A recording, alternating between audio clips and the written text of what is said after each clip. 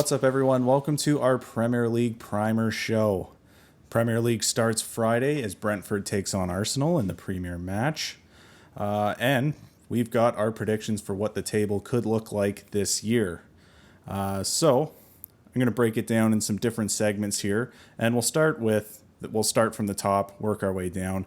So the first four teams that I'm going to say here, it's pretty much four teams and then the following 16. They've really separated themselves from the pack here. These are likely to be your Champions League teams next season.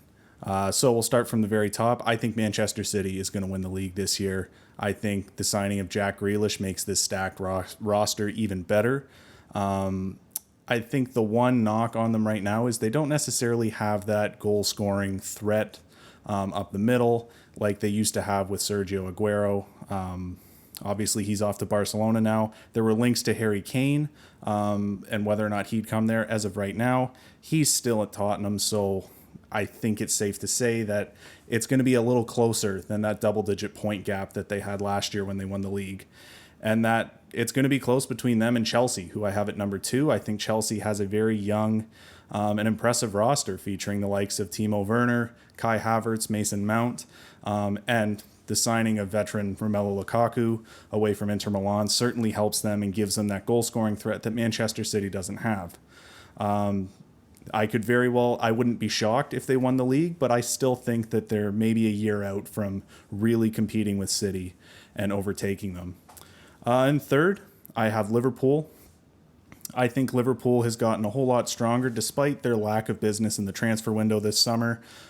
They've gotten their center backs, all of them back, with Joe Gomez, Virgil van Dijk, and Joel Matip. I think and not to mention, their only big signing was Ibrahima Konate, who will certainly help in that back four and will certainly help ease the pressure off Van Dijk as he comes back from injury. This team is very similar to the team that won the Premier League in 2020. So I think if all goes as expected, Liverpool should most certainly be a top 4 team, and I think they can finish third in this table. And to round out this top 4 in your Champions League spots for 2022-2023, this season, it'll be Manchester United I have at number 4. I think the signing of Jadon Sancho gives them a real threat up front, and the signing of Varane gives them some real stability in the back 4. I think Luke Shaw is coming off an absolutely masterful Euro tournament. I think he's really come into his own. I think he helps lead the back there, and they also have the likes of Jesse Lingard coming back from West Ham, Mason Greenwood, who's a promising young forward, Marcus Rashford, Bruno Fernandes, the list goes on. They're a very talented team. My one knock is I don't think they've had the sustained success to really warrant putting them up in that top of the Premier League conversation with City. I think, like Chelsea, I think they need to do this. I think they're a year or two removed from really competing for another Premier League title. So after that top 4, now we start to get into the thick of it here. And the next 4 teams, I don't see finishing higher than 5th. I don't see them finishing lower than 8th. These are going to be your European contenders for Europa League, Europa Conference League. And these 4, along with the top 4, I think are really going to be your contenders for the Carabao Cup, the FA Cup. And we'll start with 5th place. I think Leicester finishes 5th again. I don't think they have the star power to really compete with the top 4, but I also think that they've significantly solidified their place in 5th right now.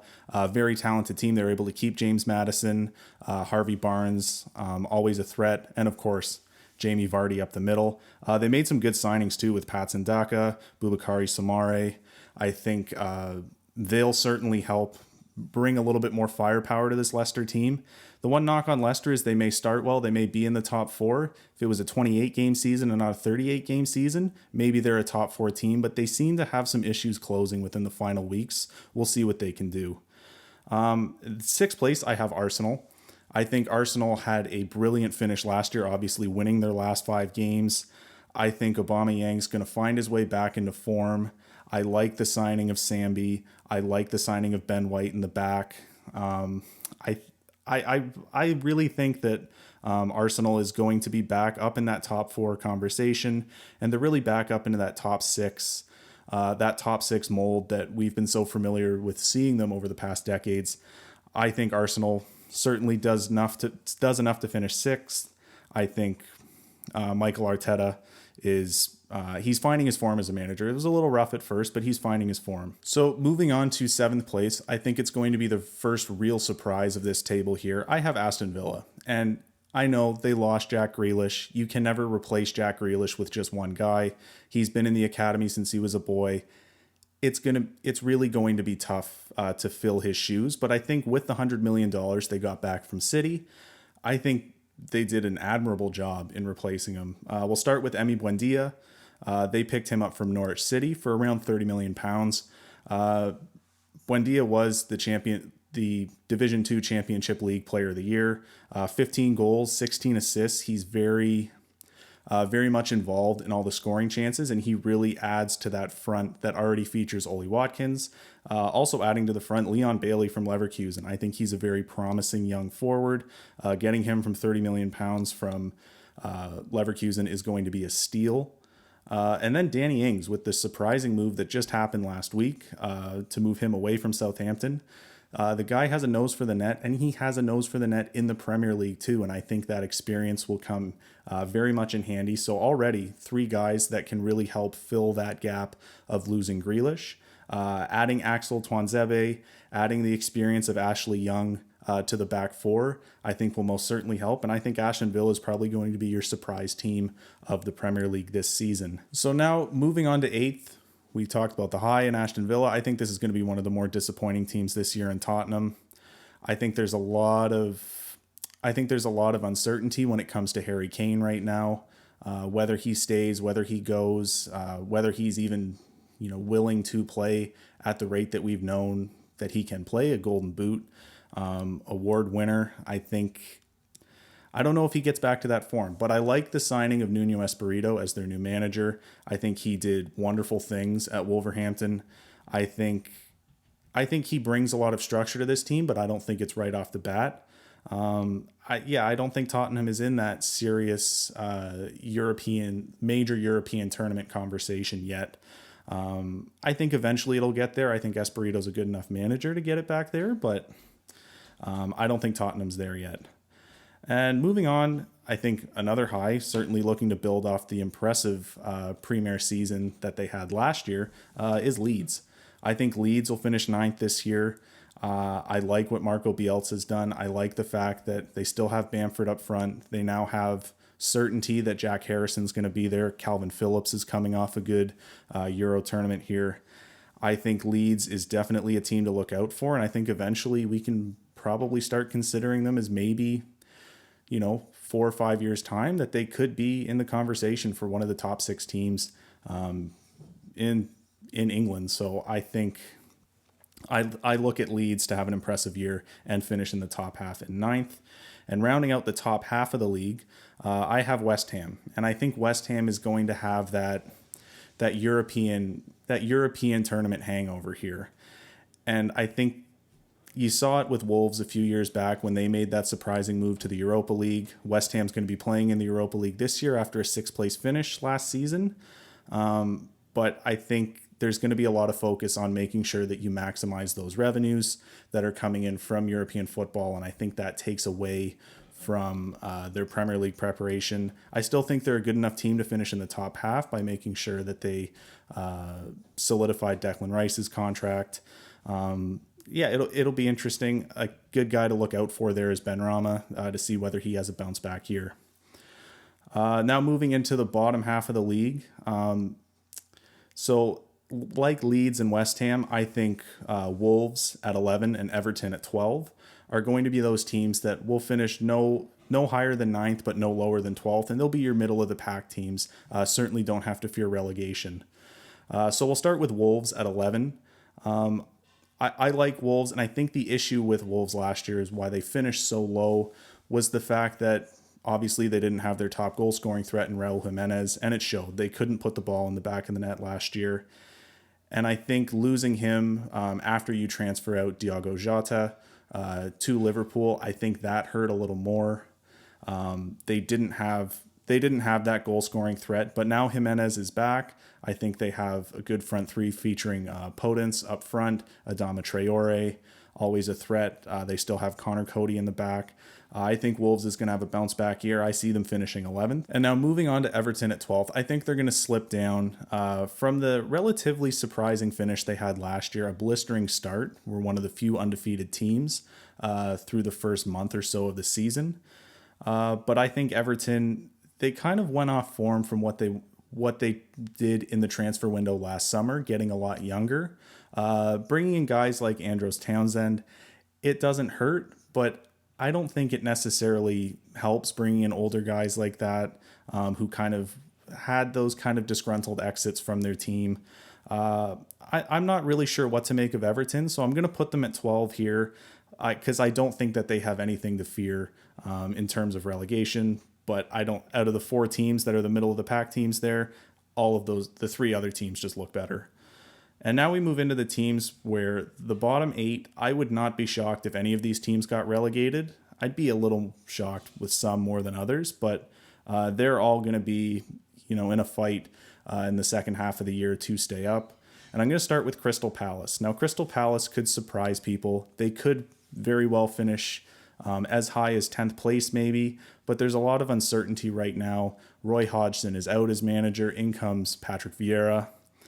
Vieira, obviously a good player, doesn't have the Premier League managing experience, didn't have the greatest experience in League One when managing Nice, but they got a lot younger, bringing in guys like Michael Olise, who I think will really help build that young core for them for years to come.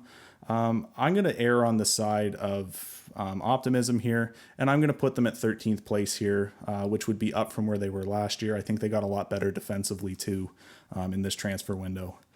And then Brighton, who I've really had a tough time figuring out where they're going to finish in the table. I have them finishing 14th, and I think it's because Robert Sanchez is so strong in net.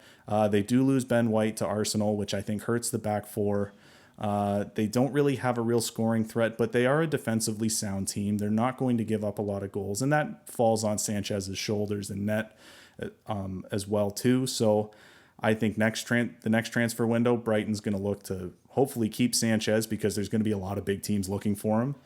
So I have Brighton finishing 14th, and then I have Southampton finishing 15th. And I get the sense that Southampton is almost allergic to keeping good talent, as it just seems that good young talent, they develop them, they use them for a couple years, and then immediately they head off to bigger clubs. And it's not even that, it's now older talent too, as Danny Ings, they brought in from Liverpool a few years back, and now he's gone to Aston Villa, a guy that is a golden boot threat year in and year out in the Premier League.